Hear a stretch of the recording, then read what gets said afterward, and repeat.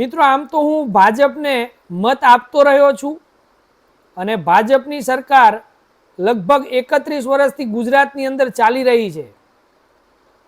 જે શાસનકાળમાં ભાજપ દ્વારા ઘણા બધા સારા કામો પણ કરવામાં આવ્યા છે, પરંતુ હવે મારું મન ભાજપથી ભરાઈ ગયું છે, જેના માટે ઘણા બધા કારણો જવાબદાર છે, જેની ચર્ચા હું આપની સાથે આવનારા વિડીયોમાં કરતો રહીશ.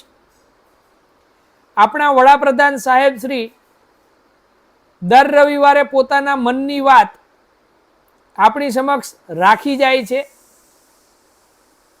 પણ પ્રશ્ન એ છે કે આપણે આપણા મનની વાત કોને કહેવી.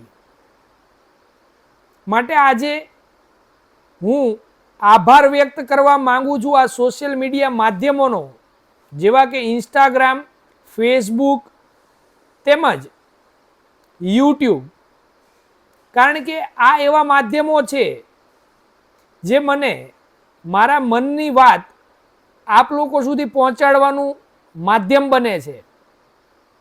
હા, ચોક્કસથી મોદી સાહેબની જેમ મારી પાસે કોઈ સરકારી લોકો કે રાજકીય લોકો નથી કે જેઓને હું જવાબદારી આપી શકું કે મોટા ટોળા ભેગા કરી અને મારા મનની વાત સાંભળે. પરંતુ મને સંતોષ છે કે આ સોશિયલ મીડિયાના માધ્યમથી કમસે કમ 1000 થી 2000 લોકો સુધી પણ મારા મનની વાત પહોંચે છે, તો મારા માટે ઘણું છે.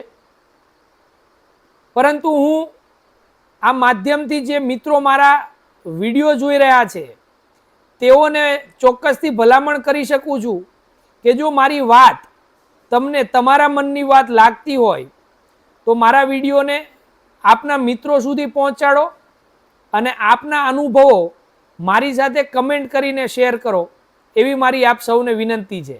જય હિન્દ, જય ભારત.